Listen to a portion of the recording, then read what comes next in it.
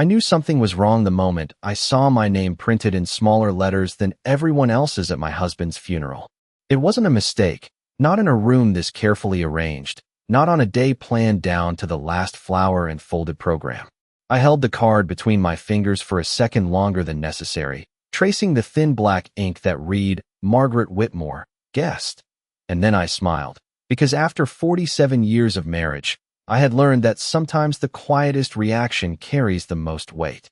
The chapel was filled with soft organ music and the low murmur of voices, polished shoes gliding across marble floors, people dressed in tailored black as if grief itself had a dress code. And yet I had never felt more out of place in my own life.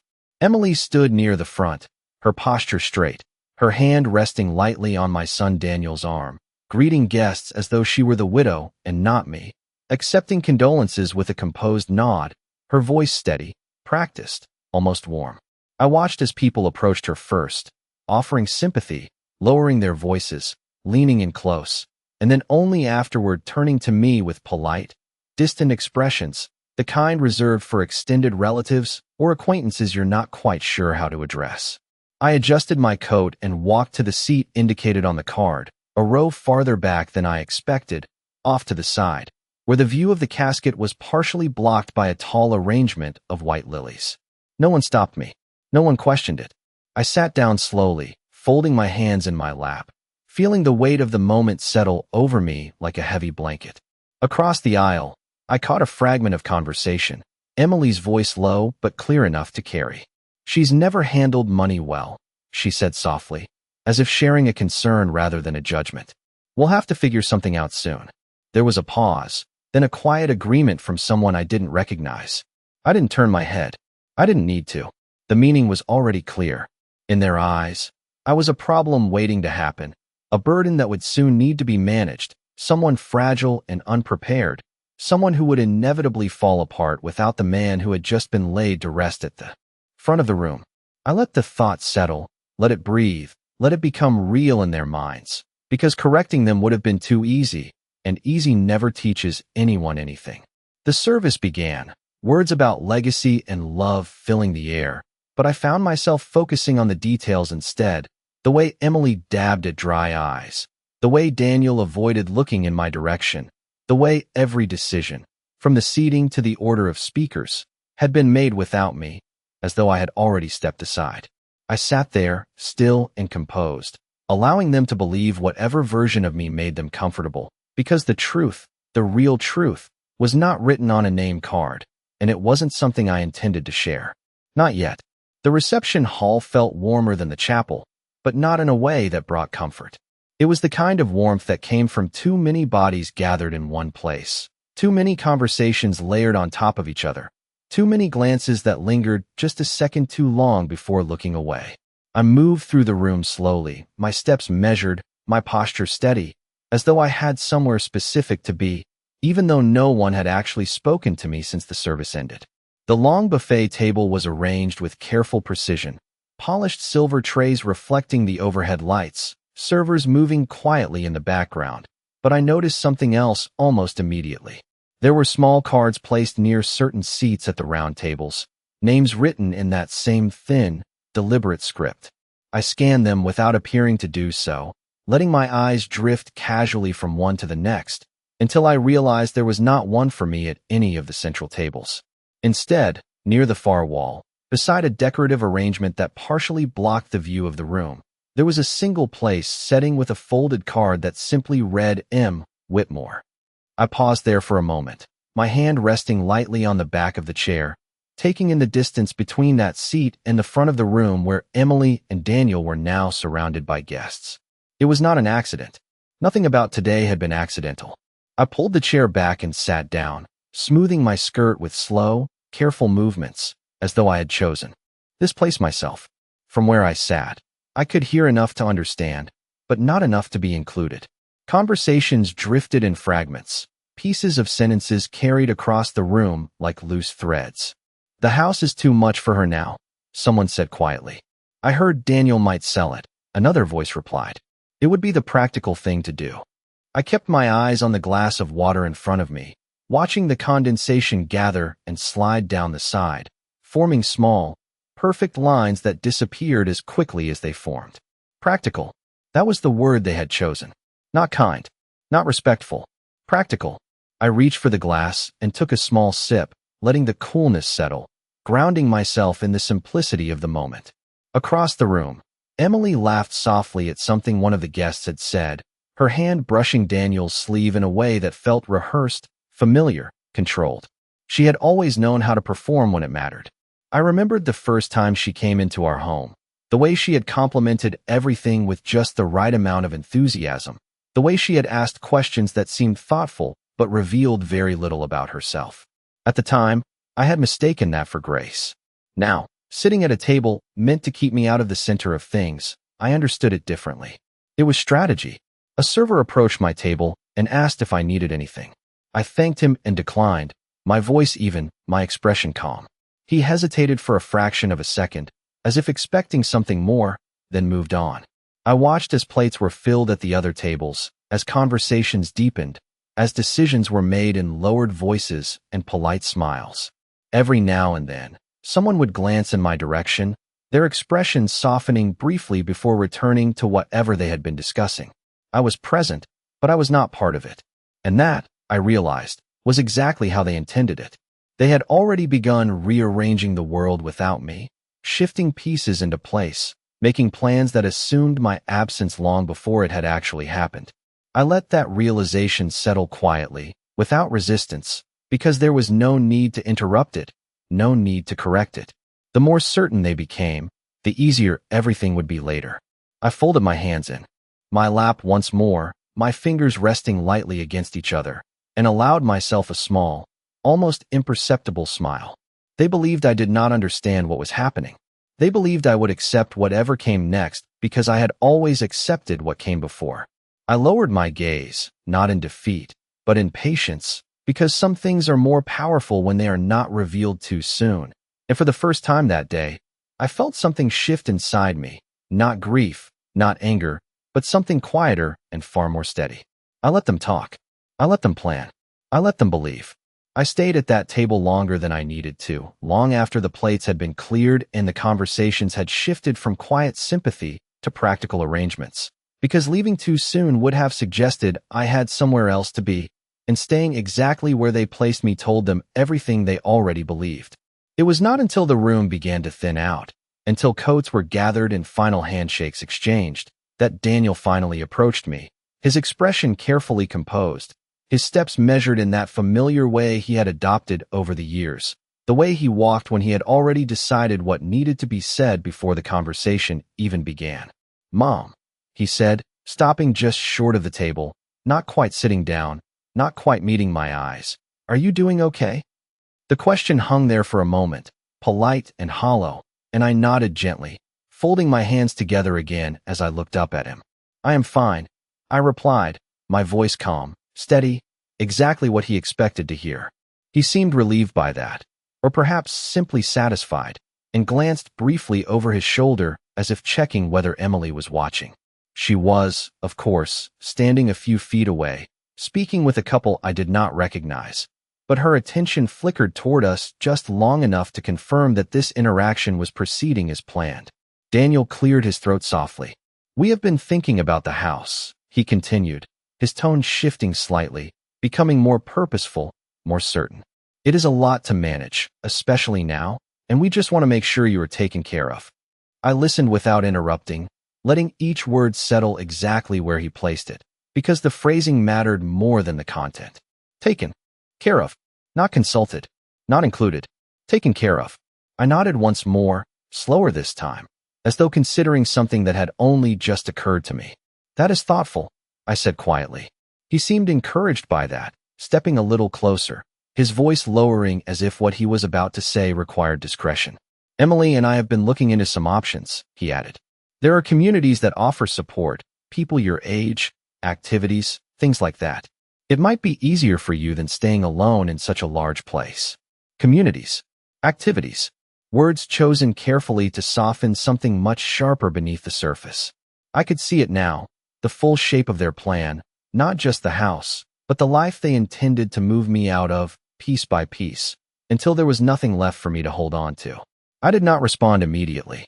Instead, I let my gaze drift past him for a moment, taking in the nearly empty room, the scattered chairs, the remnants of a gathering that had already begun to forget why it existed. Then I looked back at him, offering a small, measured smile. "You have always been practical," I said, and there was something in the way I spoke those words that made him shift slightly, though he did not seem to understand why. Emily approached then, her presence smooth and controlled, her expression warm in a way that did not reach her eyes. "Margaret," she said gently, placing a light hand on the back of Daniel's arm, "we just want what is best for you. This is a difficult time, and decisions like these can feel overwhelming, so we are happy to help guide things." Guide things? I inclined my head slightly, acknowledging her without giving anything away, because the more they explained, the more certain they became that I would follow. "I appreciate that," I replied, keeping my tone even, my posture relaxed, as though none of this surprised me, as though I had not already heard enough to understand exactly where this was leading. Emily's smile widened just a fraction, a subtle confirmation that she had interpreted my response the way she wanted to. Daniel exhaled softly, the tension leaving his shoulders, and for a brief moment, I saw the boy he used to be, the one who once needed reassurance instead of offering it. Then it was gone. "We can talk more about it tomorrow," he said. "There are some documents we might want you to look over, just to start the process." Documents. Of course there were documents. There always were, when decisions had already been made before the conversation began. I rose from my seat, then, slowly, deliberately, allowing the movement to signal the end of this exchange without any need for further words. "Tomorrow will be fine," I said, smoothing my coat once more, meeting his eyes just long enough to leave an impression he would not be able to name. Emily stepped aside to let me pass, her expression composed, her confidence intact, and I walked toward the exit without hesitation, without looking back, because everything I needed to see had already been placed in front of me. They believed they were preparing me for what came next. They believed I would follow their lead, sign what needed to be signed, accept what needed to be accepted. I did not correct them. I did not question them. I simply nodded, and in that silence, I gave them exactly what they wanted, knowing it would cost them far more than they understood. The drive home felt longer than usual. Even though the roads were familiar and the traffic was light, the late afternoon sun stretching shadows across the pavement in a way that made everything seem quieter than it should have been. I kept both hands on the wheel, my posture steady, my eyes fixed on the road ahead, but my mind moved somewhere else entirely, slipping back through years that now felt sharper than the present. Edward had always preferred to drive, even on short trips, even when there was no real reason for it, and I could still hear the way he would comment on small things, the placement of a stop sign, the condition of a neighbor's fence, the kind of observations that filled space without effort. He had a way of noticing details that others overlooked, and in the last year of his life, that habit had changed. It had become quieter, more deliberate, as though he were no longer just observing the world but measuring it, weighing it against something he did not fully explain. I remembered one evening in particular, the two of us sitting at the kitchen table long after dinner had been cleared, the house dim except for the light above us, casting a soft circle that felt almost separate from everything else. He had been looking at a set of documents then, not the usual bills or statements, but something thicker, more formal, the kind of papers that carried weight even before you read them. I had asked him if everything was all right, and he had looked up at me with a small, careful smile, the kind that reassured without revealing too much. "Everything will be taken care of," he said, his voice calm, steady, the same way he had spoken for decades whenever something needed to be settled. At the time, I had accepted that answer the way I always had, trusting the certainty in his tone more than the specifics of his words, because that was how our life had been built, on quiet understandings and unspoken agreements that did not need to be questioned. But now, as I turned into the driveway and the house came into view, large and still and waiting, I felt that memory shift slightly, revealing something I had not fully seen before. He had known, not everything, perhaps, but enough to prepare. I parked the car and sat there for a moment, the engine ticking softly as it cooled, the silence settling around me in a way that felt both familiar and new. Inside, the house was exactly as I had left it that morning, every room in its place, every object untouched, But there was a difference now, something subtle but undeniable. It was no longer just a home filled with memories. It was a space that others had already begun to calculate, to evaluate, to assign value to in ways that had nothing to do with the life lived inside it. I stepped out of the car and walked to the front door, my movements unhurried, my expression composed, because nothing on the outside needed to change yet. The key turned easily in the lock, the sound quiet but final, and as I stepped inside, I allowed myself a single, slow breath, letting the stillness settle fully around me. I moved through the entryway, past the living room, into the kitchen where that conversation with Edward had taken place, and for a moment, I stood exactly where I had stood that night, as if the position itself might bring the rest of his thoughts into focus. The table was empty now, the surface clear, but I could almost see the papers again, the way he had arranged them, the way his hand had rested lightly on top as if to keep them in place. I did not search for them immediately. I did not open drawers or look through cabinets.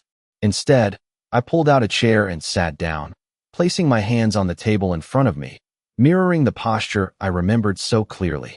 Patience had always been part of how we move through life, not rushing what did not need to be rushed, not forcing answers before their time. Outside, they were already making plans, already preparing documents, already deciding what my future should look like. Inside, I remained exactly where I needed to be, because whatever Edward had set in motion was not something that would reveal itself through panic or haste. It would require the same thing he had always relied on: time, and the willingness to let others believe they understood more than they did. I did not move right away after sitting at the kitchen table, because rushing would have meant I was reacting, and reacting was exactly what they expected from me. Instead, I let the silence settle fully, the kind of silence that fills a house when it has not yet learned how to exist without the person who once anchored it. The clock on the wall ticked softly, steady and indifferent, marking time in a way that felt almost deliberate, as if reminding me that nothing needed to be decided in a single moment. I rested my hands against the surface of the table and looked around the room with quiet attention, not searching for anything specific, but allowing the details to return on their own. Edward had always been particular about where things were kept, not in an obvious or rigid way, but with a consistency that only revealed itself over time. Papers that mattered were never left in plain sight, but they were never truly hidden either. They existed in places that required familiarity rather than effort, places that made sense if you understood how he thought. I stood up slowly and walked to the cabinet near the far wall, the one he had used for years to store documents that did not belong anywhere else. I opened it. Without hesitation, my movements calm, almost routine, as though I had done this many times before. Inside, everything was arranged neatly, folders aligned, edges even, nothing out of place. I ran my fingers lightly along the spines, reading the labels without fully focusing on them, letting recognition guide me instead of intention. There were tax records, property documents, old insurance files, all exactly where they should be. But there was also something else, something that did not follow the same pattern. A folder without a label, placed slightly behind the others, not hidden, but not meant to be seen immediately. I paused for a moment before reaching for it, not because I was unsure, but because I understood that once I opened it, something would shift in a way that could not be undone. Then I took it out and brought it back to the table, placing it in front of me with the same careful precision Edward had always used. The paper felt heavier than it should have, not physically, but in the way certain things carry weight before they are even understood. I opened the folder slowly, my movements deliberate, my breathing steady, and inside were documents that were not part of our usual records, not bills, not statements, but legal papers, formal and structured, with language that had been chosen carefully, intentionally. I read the first page without allowing my expression to change, my eyes moving line by line, taking in each detail exactly as it was written. There were accounts I had never been directly involved with, assets that had been placed under structures I did not immediately recognize, and then, further down, a figure that remained constant across multiple pages, clear and unmistakable. $28 million. I did not react. I did not inhale sharply or lean back, or allow even the smallest outward sign of surprise. Instead, I continued reading, because the number itself was only part of the story, and Edward had never done anything without purpose. The documents outlined conditions, specific and precise, regarding control, access, and transfer, all tied to decisions that would only come into effect under certain circumstances, circumstances that had already begun to take shape. I reached the final page and rested my hand lightly against the paper, feeling the smooth surface beneath my fingers, and for a moment, I allowed myself to remember the way he had looked at me that night at the table, the quiet certainty in his voice when he said everything would be taken care of. He had not been reassuring me in the way I had thought. He had been preparing me. I closed the folder gently and sat back in my chair, not overwhelmed, not shaken, but aware in a way that felt both calm and complete. Outside, they were expecting a conversation tomorrow, documents of their own, plans they believed I would accept without question. I glanced at the folder once more, then folded my hands together, resting them lightly in my lap, because now there was no need to wonder what came next. They had already shown me everything I needed to see, and Edward had already made sure I would be ready. I did not leave the folder on the table.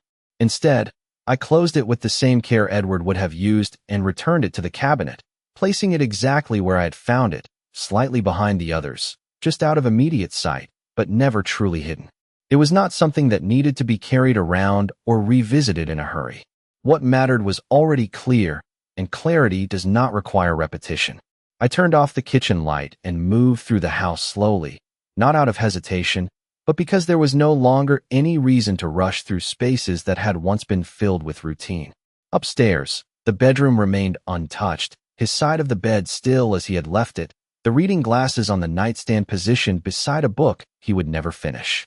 I paused there for a moment, not out of grief, but out of recognition, because this was the last place where nothing had been rearranged yet, where no one else had begun to make decisions on my behalf. I changed into something more comfortable, folded my clothes neatly over the chair, and sat at the edge of the bed, allowing the quiet to settle again. Tomorrow, they would arrive with their documents, their careful language, their assumptions already formed into conclusions. They would expect confusion, perhaps hesitation, maybe even gratitude for their willingness to step in. I leaned back slightly, resting against the headboard, and let that expectation take shape in my mind, not to resist it, but to understand it fully. In the morning, I woke earlier than usual, the light just beginning to filter through the curtains, soft and pale, stretching across the floor in thin lines. I did not check the time. I did not reach for my phone. Instead, I got up, dressed with quiet precision, and went downstairs to prepare coffee the same way I had for years, measuring each step without needing to think about it. The routine remained intact, even if everything else had shifted. I set one cup on the counter, then paused briefly before placing a second one beside it, out of habit more than intention, and then removed it again without comment. By the time the doorbell rang, the house was already in order, every surface clean, every object in its place, nothing left to suggest disorder or uncertainty. I walked to the door and opened it without hesitation. Daniel stood there, his posture straight, a folder in his hand, the edges slightly worn from being handled more than once. Emily stood beside him, composed as always, her expression warm, her eyes observant. "Good morning," she said gently, stepping inside as if she had always belonged there. Daniel followed, glancing around the room in a way that was almost subtle, but not quite, as though assessing something without wanting it to be obvious. I closed the door behind them and gestured toward the living room. "Please sit," I said, my voice even, my movements unhurried. They took their seats on the sofa, placing the folder carefully on the coffee table between us, and for a moment, no one spoke. It was a brief pause, but long enough to reveal who would break it first. Daniel cleared his throat and opened the folder, aligning the papers neatly before sliding them slightly in my direction. "We just want to go over a few things," he began, his tone measured, controlled, the same tone he had used the day before. "Nothing complicated, just some initial steps to make sure everything is handled properly." I looked at the papers without reaching for them, allowing my gaze to move across the surface without fully engaging, because the details did not need to be examined yet. What mattered was how they presented them, how certain they were that this moment would unfold exactly as they had planned. Emily leaned forward slightly, her hands folded together, her expression calm. We have spoken with an advisor, she added, her voice soft but deliberate. He believes this would be the most practical way forward, given the circumstances. Practical again. I nodded once, slowly, as if considering something that required time, even though my decision had already been made long before they arrived. I reached for the papers then, lifting them with steady hands, and began to read, not because I needed to understand them, but because they needed to believe that I did. The language was familiar in its intent, even if the structure differed from what I had seen the night before. Transfer of ownership, simplified management, reduced burden. Words arranged to sound helpful, to appear reasonable, to mask the direction they were leading me toward. I turned the first page, then the second, allowing the silence to stretch just long enough to make them wait. When I finally looked up, I met Daniel's eyes first, then Emily's, holding their attention without effort. You have both put a lot of thought into this, I said quietly, and there was something in my tone that made them straighten slightly, though neither of them could explain why. I placed the papers back on the table, aligning them carefully, and folded my hands once more, because the moment they had been preparing for had arrived, even if they did not yet realize it. I did not answer immediately after speaking. I let the silence settle again, not heavy, not uncomfortable, but deliberate, the kind that forces others to fill it if they are uncertain. Daniel shifted slightly in his seat, his hand resting on the edge of the folder, as if he were ready to guide the conversation back onto the path he had already mapped out. Emily remained still, her posture composed, her expression patient, but I could see it in the way her eyes held mine just a fraction longer than necessary. She was waiting for agreement, not discussion. I lowered my gaze briefly to the papers on the table, then back to them, allowing my expression to remain calm, measured, unchanged. You said this is the most practical option, I continued, my tone even, not questioning, not challenging, simply repeating their words as though I were trying to understand them fully. Daniel nodded quickly. Yes, it just simplifies things, he replied. It ensures everything is managed properly without putting pressure on you. I inclined my head slightly, as if accepting that explanation at face value, even though the intention behind it had already been made clear long before this moment. I reached for the pen they had placed neatly beside the documents, lifting it between my fingers and turning it once, slowly, as if considering the weight of the decision they believed I was about to make. Emily leaned forward just a little more, her voice soft, reassuring. There is no rush, she said gently. We just thought it would be helpful to start the process now, so you do not have to worry about it later. Helpful. The word lingered in the air, carefully chosen, carefully placed, like everything else they had said. I looked at the signature line, the blank space waiting to be filled, and for a moment, I allowed the scene to unfold exactly as they expected. A quiet agreement. A simple signature. A life rearranged without resistance. Then I set the pen down. Not abruptly, not dramatically, just enough for the movement to register. Daniel blinked once, his expression shifting in a way that was almost imperceptible, and Emily's fingers tightened slightly where they rested against each other. I folded my hands again, resting them lightly in my lap, and met their eyes without hesitation. I think it would be better if we took a little more time, I said calmly. There was no apology in my voice, no uncertainty, only a steady clarity that did not match the role they had assigned to me. Daniel straightened slightly. Mom, it is really just a formality, he said, his tone still controlled, but with a faint edge that had not been there before. We are trying to make things easier for you. I nodded once, acknowledging his concern as if it were genuine, even if I understood it differently. And I appreciate that, I replied, my voice unchanged. But I would like to review everything more carefully before making any decisions. Emily spoke next, her tone still soft, but more precise now, more intentional. Of course, she said, though the word did not carry the same ease it had before. We just want to make sure you are supported. Supported. I let the word pass without comment, because correcting it would have required a conversation I was not yet ready to have. Instead, I reached forward and gently aligned the papers again, sliding them back toward Daniel with the same quiet care he had used when presenting them. Leave these with me, I added. I will take a look tonight. Daniel hesitated for a brief moment, just long enough to reveal that this was not the outcome he had expected, then nodded slowly. All right, he said, though his voice had lost some of its earlier certainty. Emily stood up then, smoothing her coat as she did, her expression returning to something more neutral, more controlled. "That sounds reasonable," she said, offering a small smile that did not quite reach her eyes. I rose as well, not out of obligation, but because the conversation had already reached its natural conclusion. I walked them to the door, my steps steady, my posture unchanged, and as I opened it, the cool air from outside slipped in briefly, sharp and clean. Daniel paused on the threshold, looking back at me as if he wanted to say something more, but instead, he simply nodded once and stepped outside. Emily followed, her gaze lingering for a fraction of a second longer, searching for something she could not quite name. "We will talk soon," she said. "Yes," I replied, my voice quiet but certain. "We will." I closed the door gently behind them, the sound soft but final, and stood there for a moment, my hand resting lightly against the wood. They had expected hesitation. They had prepared for agreement. What they had not prepared for was patience. I turned away from the door and walked back into the house, the papers still resting on the table where they had left them, waiting. I did not pick them up right away. I did not need to. For the first time since they arrived, the balance had shifted, not in a way that could be seen, not in a way that could be measured, but in a way that mattered far more. They believed the process had begun. They believed they were guiding it. I let them believe that, because sometimes the most effective way to change the outcome is to let others think they are still in control.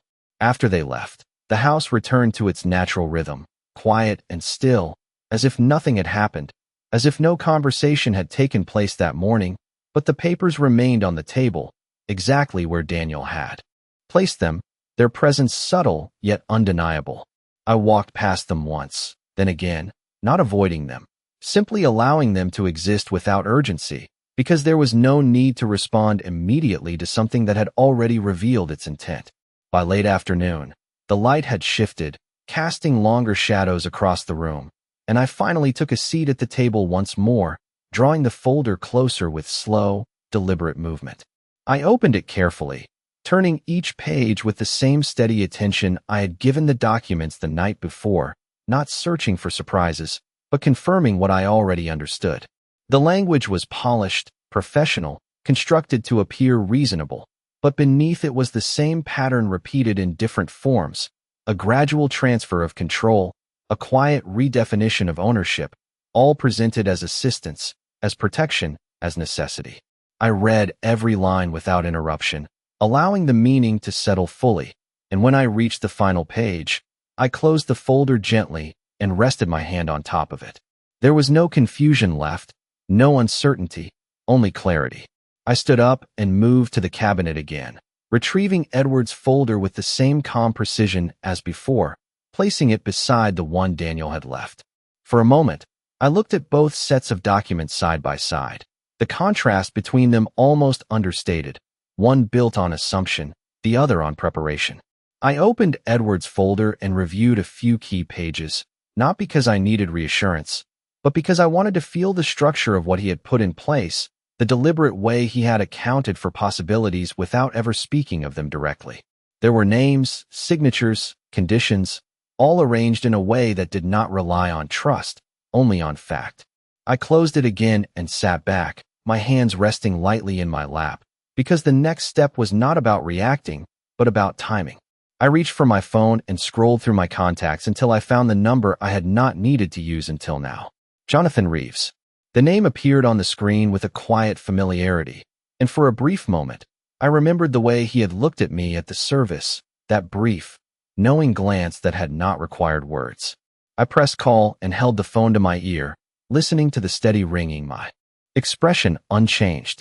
When he answered, his voice was calm, measured, as though he had been expecting this moment without needing to confirm it. "Mrs. Whitmore," he said, "I was wondering when you might reach out." I allowed a small pause before responding, not out of hesitation, but to acknowledge the weight of what was being set in motion. "I believe it is time we review everything," I said quietly. There was no need to explain further. He understood. "Of course," he replied. "I can come by this evening, or tomorrow morning, whichever you prefer." I glanced at the two folders on the table, then back toward the window where the light had begun to fade. "This evening will be fine," I said. "Very well," he answered. I will bring the necessary documents. I ended the call and placed the phone down gently, the action simple, almost routine, yet it marked a shift that could not be undone. Outside, the sky had taken on a deeper shade, the day moving toward its quiet close. But inside, everything had already begun to align. I did not return the folders to the cabinet this time. Instead, I left them where they were, side by side, visible, waiting, because for the first time, there was no advantage in keeping things hidden. Not anymore. I moved through the house once more, turning on a few lights, adjusting small details, not because they needed to be changed, but because preparation is often found in the smallest actions. By the time the doorbell rang again, I was already standing in the entryway, my posture steady, my expression composed. When I opened the door, Jonathan Reeves stood there, his briefcase in hand, his presence calm and assured. He stepped inside without unnecessary formality, his gaze moving briefly across the room before settling on me. "I assume you have seen the documents they presented," he said. It was not a question that required an answer, but I nodded slightly all the same. "And I assume you understand what they are attempting," he continued. There was no judgment in his voice, only acknowledgement. I met his gaze without hesitation, the same quiet certainty settling into place once more. "Yes," I said. "I do." He inclined his head slightly, as if confirming something he had already believed, then placed his briefcase on the table beside the two folders, opening it with careful precision. "Then let us begin," he said calmly, and as he removed a new set of documents, placing them in front of me with deliberate clarity, I realized that everything they thought they were starting had already been decided long before they ever placed a single page in my hands. Jonathan did not rush through the documents, and neither did I, because what he placed in front of me was not meant to persuade, only to confirm. He opened each section with quiet precision, explaining only what needed to be explained, never more, never less, his tone steady, his words chosen with the same care Edward had always used. The structure was clear, layered in a way that left little room for interpretation, ownership not tied to appearances, control not dependent on assumptions, and access defined by conditions that had already been met.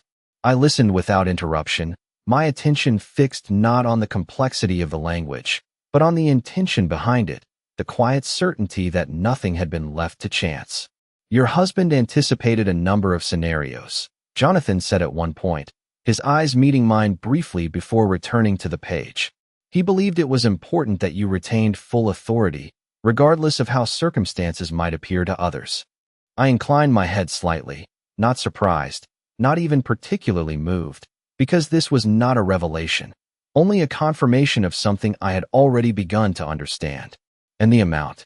I asked quietly, not because I needed the number repeated, but because I wanted to hear it stated plainly, without hesitation, without ambiguity. Jonathan did not pause. $28 million, he said, his voice even, as though it were simply another figure in a long list of details. The number settled into the room without weight, without drama, existing as fact rather than spectacle, and I allowed a small moment of silence to follow, not for effect, but for clarity. He continued then, outlining the final condition, the one that had been written with particular precision, the one that tied everything together in a way that felt almost inevitable. "There is also a clause regarding transfer of secondary interests," he explained. "In the event that any immediate family member attempts to remove you from primary control of the estate through coercion or misrepresentation, their eligibility is automatically revoked." I did not react outwardly, but I understood the significance immediately, the quiet finality of it, the way it transformed intention into consequence without requiring confrontation. I rested my hands lightly on the table, considering the simplicity of it, the way Edward had chosen to protect not just the assets, but the principle behind them. "He trusted you to decide when to act," Jonathan added, closing the folder with a soft, deliberate motion. "Nothing here forces your hand. It only ensures that when you do act, the outcome is already secured." I looked at the two sets of documents again, the ones Daniel had brought, carefully constructed to guide me toward surrender, and the ones Edward had left behind, designed to ensure I never needed to. The contrast was no longer subtle. It was absolute. Outside, the evening had settled fully, the last light fading from the windows, leaving the room illuminated only by the soft glow of the lamps. I rose from my seat and walked toward the window, my reflection faintly visible against the dark glass, not searching for anything, simply allowing the moment to settle completely. For years, I had allowed decisions to be shared, to be guided, to be shaped by the needs of others, not out of weakness, but out of trust. That trust had been misplaced, not in Edward, but in what came after him. I turned back toward the table, toward Jonathan, toward the documents that now represented two entirely different futures, and for the first time, the choice did not feel heavy. It felt precise. Prepare whatever is necessary, I said calmly, my voice steady, final in a way that did not require emphasis. Jonathan nodded once, closing his briefcase with quiet efficiency, understanding that the moment had already passed, that the decision had already been made. I walked him to the door, my steps measured, my posture unchanged, and as he stepped outside, he paused briefly, his expression thoughtful. "They will not expect this," he said. I met his gaze without hesitation, a small, almost imperceptible smile forming as I considered the certainty in his words. "No," I replied softly. "They will not." I closed the door and returned to the table, where the two folders still rested side by side, but no longer equal, no longer in question. I picked up the one Daniel had brought and placed it neatly on top of the other, not out of respect, but as a quiet acknowledgement of how easily assumptions can be arranged when they are not challenged. Then I turned off the light and left the room, because there was nothing more to prepare, nothing more to consider. Tomorrow, they would come back expecting progress, expecting agreement, expecting control. I would give them exactly what they had been working toward, just not in the way they believed. And for the first time since the service, I allowed myself a single, quiet thought, not spoken, not shared, but certain all the same. I never mentioned the 28 million. I did not need to.